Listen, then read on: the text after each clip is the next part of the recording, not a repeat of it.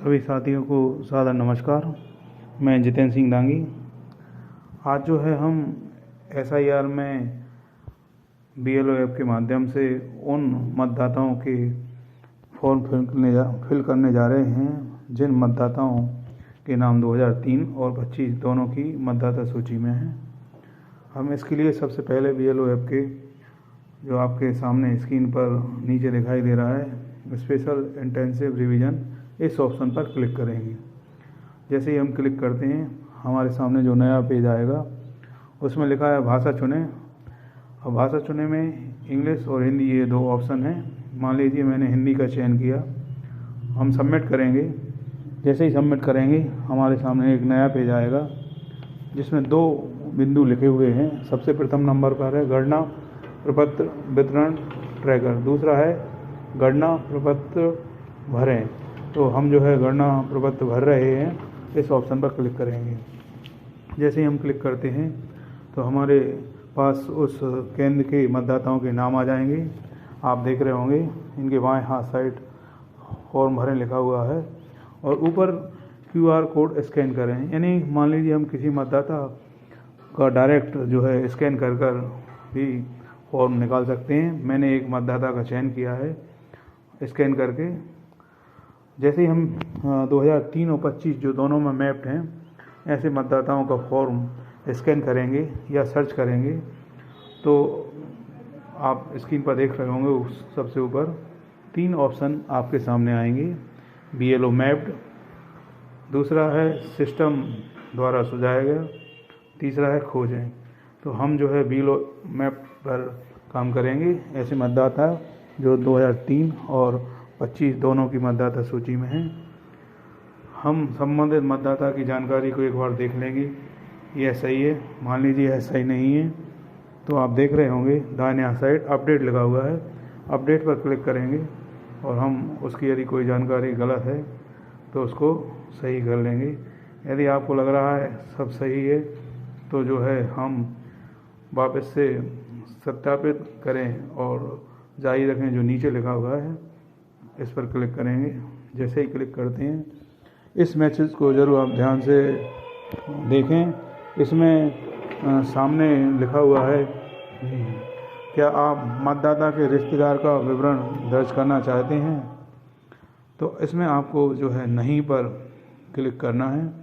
यदि आप हाँ पर क्लिक कर देते हैं तो ऐसी स्थिति में जो है यदि महिला मतदाता है तो उसके रिश्तेदार को ढूंढने में आपको परेशानी आ सकती है, इसलिए आप नहीं पर क्लिक करेंगे।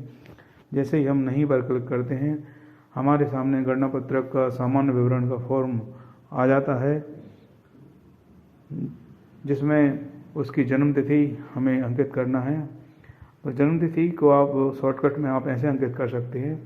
किसी मतदाता की जन्मतिथि पूर्व से लिखी भी आ सकती है, तो आप यदि वो सही है तो आप उसको परिवर्तित ना करें और यदि गलत है तो आप ऐसे एडिट करेंगे। जैसे सबसे ऊपर 2007 लिखा है, इस पर आप क्लिक करके उसका जो भी जन्म का वर्ष देख लेंगे और इस प्रकार माह आदि का चयन कर लेंगे और उसमें जो है संबंधित की जन्मतिथि लिख देंगे। फिर आधार नंबर दर्ज करेंगे, उसका मोबाइल नंबर, उसके पिता की जानकारी लिखेंगे और माता की जानकारी लिखेंगे। यदि मान लीजिए मतदाता महिला है तो उसके पति का नाम लिखेंगे और एपिक नंबर लिखेंगे। यदि मान लीजिए मतदाता पुरुष है तो उस स्थिति में इसकी पत्नी का नाम लिखना है और मतदाता महिला है तो उसके पति का नाम लिखना, यानी कि जीवन साथी का नाम इसमें अंकित करना है। अब हम इसके बाद अगले पृष्ठ पर देखेंगे। आपके सामने लिखा हुआ है अंतिम SIR में मतदाता की जानकारी का विवरण। हम ये मैच कर लेंगे, ये बिल्कुल सही है। अगर सही है तो फिर नीचे आ रहा है EF और फोटो अपलोड करें। इसमें जो है गणना पत्रक के हमारे 2 भाग हैं, पृष्ठ क्रमांक 1 और पृष्ठ क्रमांक 2। पृष्ठ क्रमांक 2 पर नॉर्मल जानकारी हैं, आप चाहें तो उन्हें अपडेट कर सकते हैं। अगर उन्हें अपलोड नहीं करना तो कोई परेशानी नहीं है, प्रथम पृष्ठ को ही हम अपडेट कर देंगे। देखिए मैं आपको बताता हूँ कैसे करेंगे हम।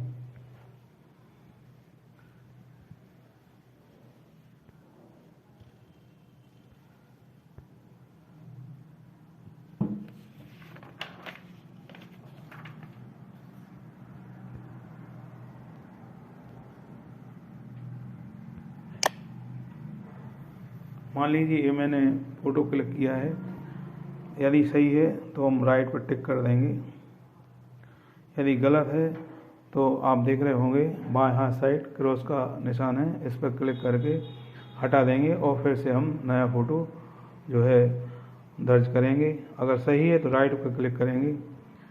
हम जैसे ही क्लिक करेंगे ये आप देख रहे होंगे संबंधित का फ़ोटो यहाँ अपलोड हो गया है।